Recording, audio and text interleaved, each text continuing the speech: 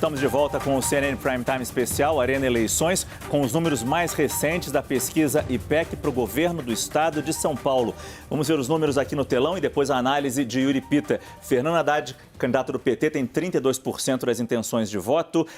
Logo depois tem Tarcísio Gomes de Freitas em segundo lugar, eu tenho um número aqui, 17%, e Rodrigo Garcia, o atual governador, tem 10% das intenções de voto.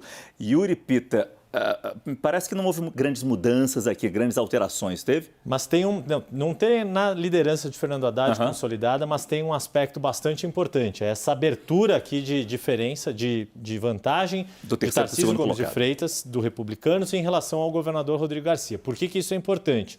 A gente estava conversando aqui, Renato Meireles e eu, fora do ar. É a consolidação do voto bolsonarista em Tarcísio Gomes de Freitas. Lembrando que é uma relação que tem umas rusgas, a escolha do vice, a composição com o PSD, causou ruído na base mais ideológica do bolsonarismo.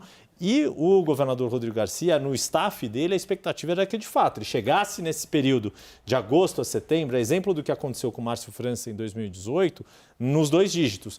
Em algumas pesquisas, ele tinha chegado antes, só que agora parece que não está embalando mais. Parece que o Fusquinha dele foi para a oficina, ele tem feito propaganda com o Fusquinha, tá falhando um pouco, né, Renato? Acho que perfeito, Yuri. O que a gente vê é uma consolidação do voto bolsonarista no Tarcísio, mas eu queria chamar a atenção para 2 outros pontos que a pesquisa aponta. O primeiro é que a máquina do PSDB, que há décadas governa São Paulo, está se mostrando menos eficiente do que em outros momentos. E é menos eficiente também porque o governo do estado está intermediando menos as negociações. Por conta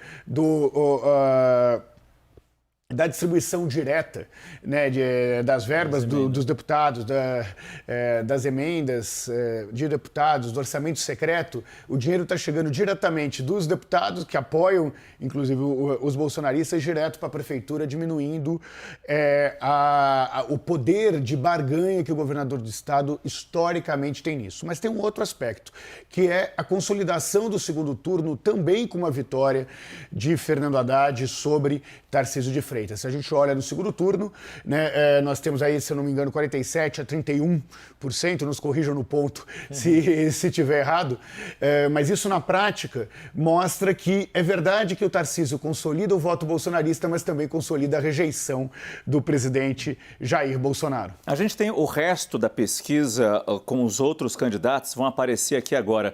Antônio Jorge, Democrata Cristão, 1%, e Elvis César, do PDT, 1% também. Altino Júnior, do PSTU, também 1%. Vinícius Poit, do Novo, 1%. E na próxima página a gente vai aparecer Gabriel Colombo, 1%. E enquanto a gente espera também, principalmente os resultados de segundo turno, até para ter essa visão que o Renato também nos trouxe, a gente também tem Edson Dorta, do PCO, que não pontuou nessa pesquisa. Brancos e nulos aparecem com 15%, não sabem, não responderam, 20%. Ainda é bastante grande a faixa de indecisos nessa pesquisa. O que é natural numa disputa estadual, diante da tensão, ainda mais nessa eleição, que a tensão que a eleição presidencial tem atraído. Agora, tem dois aspectos, acho que importantes da gente destacar nesse cenário que está se consolidando aqui em São Paulo.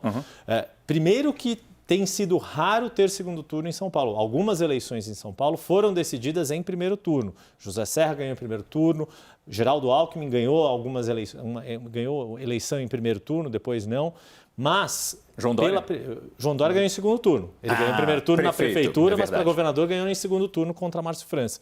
Mas o que é inédito não é o fato de ter segundo turno, é o fato do candidato do PT, se mantiver esse cenário, chegar em primeiro lugar. E isso é inédito na história de São Paulo. Se vai conseguir se manter ou vai sofrer um efeito que outros candidatos do PT já sofreram, por exemplo, em Mato Grosso do Sul, de chegar em primeiro, mas depois ser ultrapassado pelo adversário, é o que a gente está para ver. Mas esse cenário se consolidar e caminhar dessa forma é bastante inédito na história do estado de São Paulo. Mas tem uma ironia só. A vice do Haddad é esposa do Márcio França, o ex-governador Geraldo Alckmin apoia Fernando Haddad e o ex-presidente Lula sempre disse que o Haddad era o mais tucano entre os petistas. É importante dizer que essa pesquisa foi registrada na Justiça Eleitoral. Foram entrevistadas 1.504 pessoas entre os dias 29 e 30 de agosto em 65 municípios paulistas. A margem de erro é de 3 pontos percentuais para mais ou para menos, considerando um nível de confiança de 95%. Destacando que na pesquisa estimulada para primeiro turno, Edson Dorta, do PCO, não pontuou. É fundamental colocar a Raquel Landim nessa conversa sobre a pesquisa em São Paulo, em cima até um pouco do que o Renato nos trouxe, quer dizer, sempre se falou que o poder que o PSDB tinha tão grande para ocupar o Palácio dos Bandeirantes era ter essa capilaridade entre os prefeitos do interior do estado. E agora a gente percebe que essa vantagem estaria se reduzindo e você percebeu isso também, né, Raquel?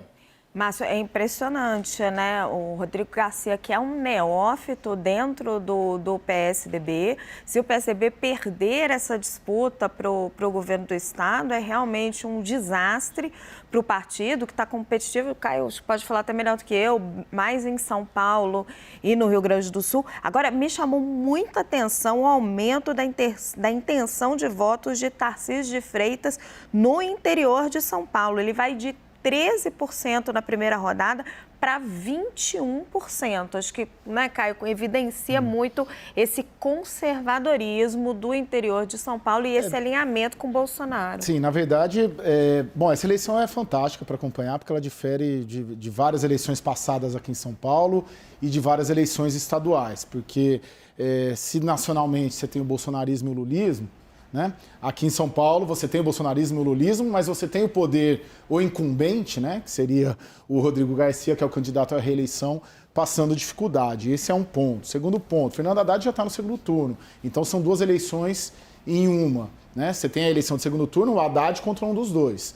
Então é o Rodrigo Garcia ou o Tarcísio, né? Então você tem bem claro um cenário de esquerda e direita. Terceiro, sobre o interior. O interior, o PSDB perdeu espaço para o bolsonarismo, isso em nível nacional. Bolsonaro aconteceu roubando espaço que foi do PSDB. E isso a gente vê nessas pesquisas. E se nas pesquisas presidenciais no estado de São Paulo o Bolsonaro tem 30, 35, tá? Empate técnico com o Lula, esse é um teto possível para o Tarcísio. Então o crescimento do Tarcísio acompanhando o voto no presidente Jair Bolsonaro é esperado. Eu queria passar aqui uma avaliação já do Palácio dos Bandeirantes sobre essa pesquisa.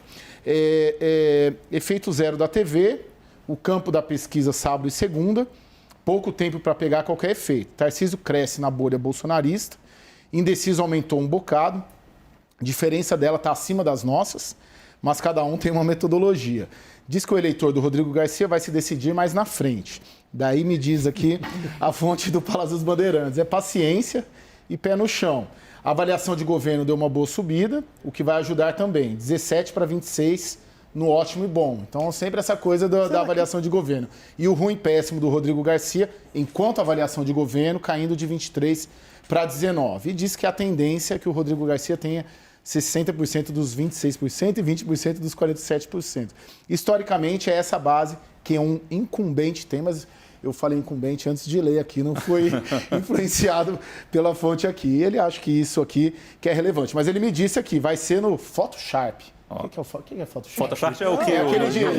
Na corrida de cavalo, né? Eu não sei. Cabeça. Para ver o desempate na corrida de cavalo. Será que em São Paulo o governo do estado não está pagando o preço pela fadiga de material? Também. Mas o bolsonarismo, aquilo que eu falei, foi minha primeira intervenção hoje no programa. O bolsonarismo é um movimento, tem que entender o movimento, tem que entender o papel desse movimento aqui em São Paulo, tem que entender o papel dos movimentos conservadores historicamente no estado de São Paulo. Meu amigo Yuri Pita, já trabalhamos em outros locais, já debatemos isso, ademarismo, janismo, né? Malufismo. Você tem... Perdão? O malufismo. Malufismo, claro.